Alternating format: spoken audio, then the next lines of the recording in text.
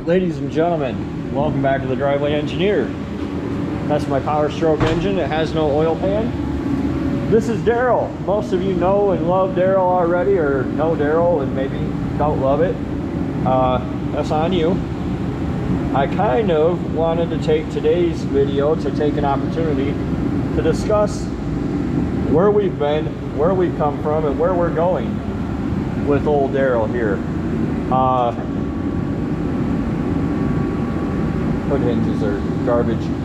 Anyway, Daryl is, if you don't know, if you're not just an avid follower, Daryl is a 1979 C10 step side. That's a 6-liter LQ4 with some 862 heads. It's all junkyard stuff, sloppy stage 2 cam, pack 12-18 springs. Nothing super revolutionary going on with Daryl. It's backed up by a junkyard 4L80. Came out of the same junkyard I got the engine. Custom drive shaft by a local shop. Ford 9.75 inch rear axle out of a Expedition, I believe. 17 inch steel wheels. It's a good time. So if you're a long-time viewer of the channel, and by that I mean going back 4 or 5 years, this combo has been in here and running for about 4 years now, as in running and driving. It used to be a 406 Turbo 350. I put this in straight out of the junkyard. I actually put it in like this. I swung for the fences. I did everything. Back then I didn't do YouTube as regularly as I do now. I took a lot of breaks for weeks or months at a time. Oftentimes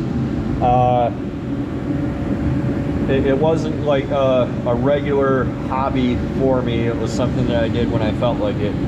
But anyway, this went in with a stock ECU and literally that turbo on a homemade manifold, and it made like 620 tire with some decapped 80 decap stock flex fuel injectors that wound up flowing like 80 pounds an hour. And I melted the transmission down in pretty short order. I didn't really like it. I decided to go back to basics, and if you look on the channel, there's a whole build section called Back to Basics, where I just did what it takes to get this thing running out of the junkyard. How much fun can you have? So we went back to, I think it had 243 or maybe 799 heads on it. It went back to 862s that I got off Marketplace for 50 bucks. I transferred my pack 12-18 valve springs over. I kept my sloppy stage 2 cam. This engine was swapped in the vehicle that I took it out of. I took it out of a Silverado 1500 somebody had put a 6-liter into, and then it landed in Weller self-serve in Grand Rapids, Michigan. I have no idea how many miles are on it. It's stock piston, stock rod, stock crank, stock bearings. The oil pump relief valve stuck open. It's a Melling high volume now, or no, it's a standard Melling. It's a standard Melling pump. Anyway, now, so it ran around NA, which is like 10.2 to 1 compression with a sloppy stage 2 cam and a 3400 RPM converter from Tampa Converters, or Ryan Jans on Facebook. I ran it around like that for about 3 years. It did wicked burnouts. It cruised really nice. It got 15, 16 miles to the gallon. It was all in all a fun little truck, which is all it was ever meant to be.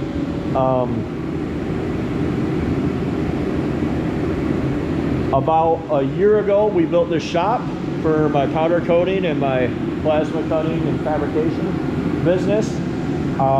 So this truck kind of sat around for most of last year. I didn't really do much with it, but then an opportunity came along for me to buy a Holly. And the point of this video is, do I regret not having the Holly sooner? And I'll just get to the point and say no, not at all. This thing's pretty cool. It's really cool, actually.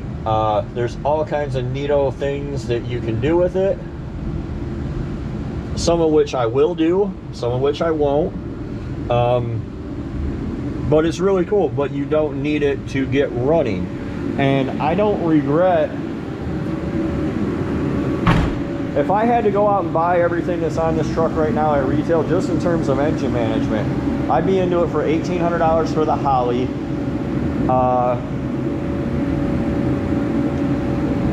And then, you know, I had various extensions that I either made or I bought, things like that. If I wanted a digital dash and all these other things, it would have delayed my build by a couple years. Like, this thing would just be sitting around.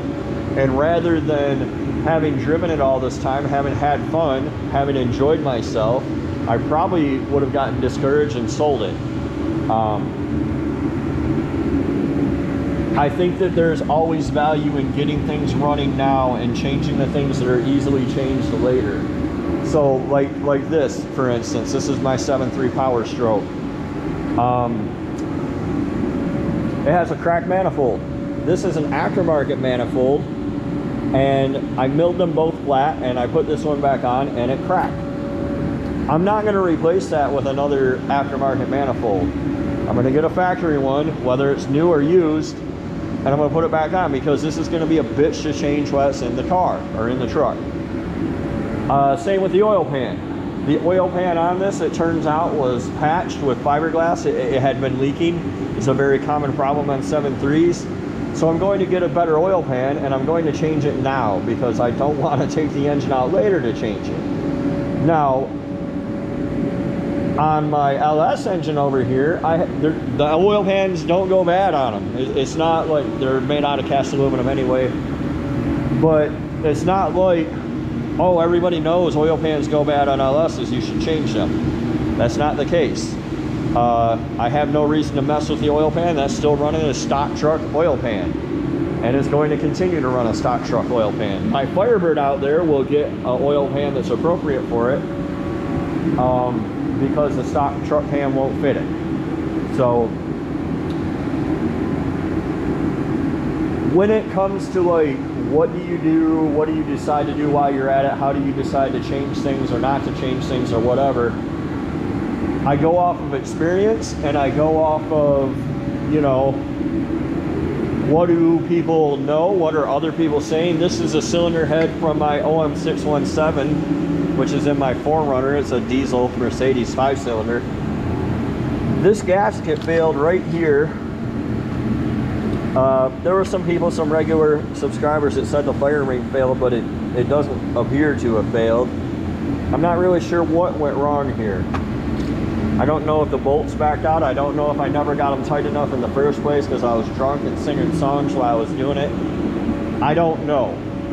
I do know that for $25 I got another head out of the junkyard, and that's at a machine shop right now getting checked, because those heads are known to crack. So maybe that one's cracked and I can't see it. I don't know why.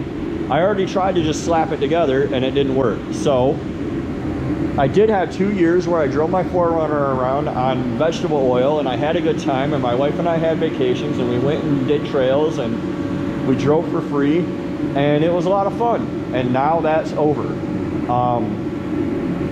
I don't regret it, but the second time around I'm going to do better, because I can, and I don't have to. So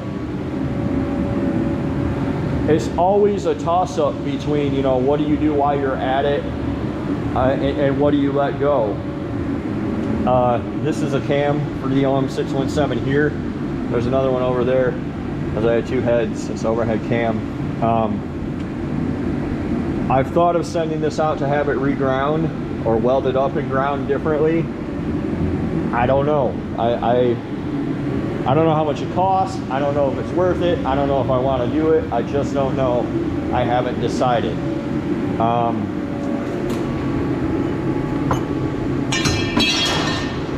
This is a bearing from a 5.3 that I found on the ground. That's the center thrust bearing. This engine was locked up. I had reason to believe that it was messed up, so I went inside of it and I looked. And there's plenty of evidence that thing's sitting out back now in the scrap pile. Because I'm not going to take it to the machine shop. That is a dime a dozen for 250, 300 bucks. I can go get one dropped in the back of my truck today Like, I just show up at somebody's house and they'll load it up for me. My OM617, a little different. That engine hasn't been manufactured for 40 years at all. I cannot just go get one any day I want and know that it's good.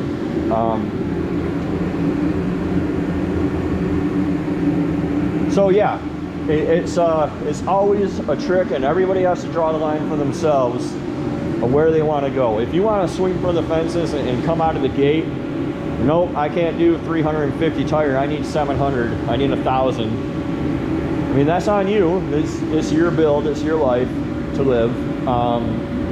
But it's going to definitely delay your build by who knows how long.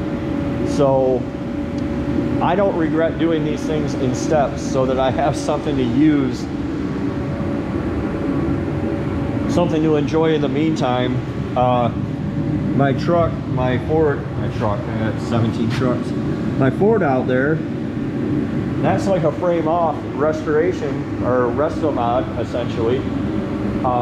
I don't expect to drive that truck until it's 2023 right now. I'm filming this. I don't expect to drive that truck down the road as a vehicle, like plated and insured, until 2024. It'll be another 18 months before that truck drives. I mean, I'll get it fired this year, I hope. I might move it around the lot a little bit, you know, that kind of thing. But you know, it's getting Super Duty axles, it's getting bigger injectors, it's getting an overhauled motor, it's getting a new cab, it's getting painted. It is a big project, and anybody who tells you that, you know, just slap a new cab on it, it's a big undertaking, especially if you're just one guy, you know, like me. If you have a team of friends or whatever, some people do, you know, then you can kind of bang that shit out a little quicker. But like, I have a day job, I have a side job, I have a family, I have a YouTube and Facebook community to watch over and take care of and interact with. I have things to do besides build trucks, not to mention that I have, you know, what, 1, 2, 3 other projects. There are worlds other than these, as they say. So, you know, the point of it all is to have fun. And I've had fun with Daryl, and I've had fun with the Toyota, and I'm gonna have fun with Marv and the Firebird, and I'm gonna have fun. And I don't care if my stuff's not the best, and I don't care if I'm not, you know, the earliest kid on the block with the stuff. I just don't care about those things. It's kind of bothering me that this is up. Should probably do something about it. Anyway, I'm not gonna let it bother me. I'm not gonna let this dash bother me. I am letting these doors, these are not the doors that belong on this truck. My doors are in my wife's storage unit, and it's past time for her to get them out. I want them back. I actually bought these doors just for these vent windows, and now these vent windows are no good either. So that's how it goes. But yeah, I don't really know the point of the video. I hope you enjoyed the video. I'm enjoying building this stuff. I do have some RC crawlers here if you're into that kind of thing. I don't know if you are or not. This is a Wraith 2.2 and this is a Wraith 1.9. I got some more scattered around, but don't be afraid to take baby steps. Don't be afraid to just get shit running, you know. Don't be afraid to say, if it spins, it wins. Don't be afraid to listen to legions of other people who have gone before you who say, hey, this shit works. Like, I'm not putting rocker arms on the 7.3. They don't break. It's not a thing. If every time I went on a 7.3 group and I saw people like, oh, another rocker arm failure, I would think about it, you know. So anyway, happy Sunday. I'm bummed that, you know, it's snowing out right this instant. I'm not able to really put a lot of street miles on Daryl yet, but I will. It's coming. So thanks for watching, guys, and you guys stay warm out there, and we'll see you next time on the Driveway Engineer.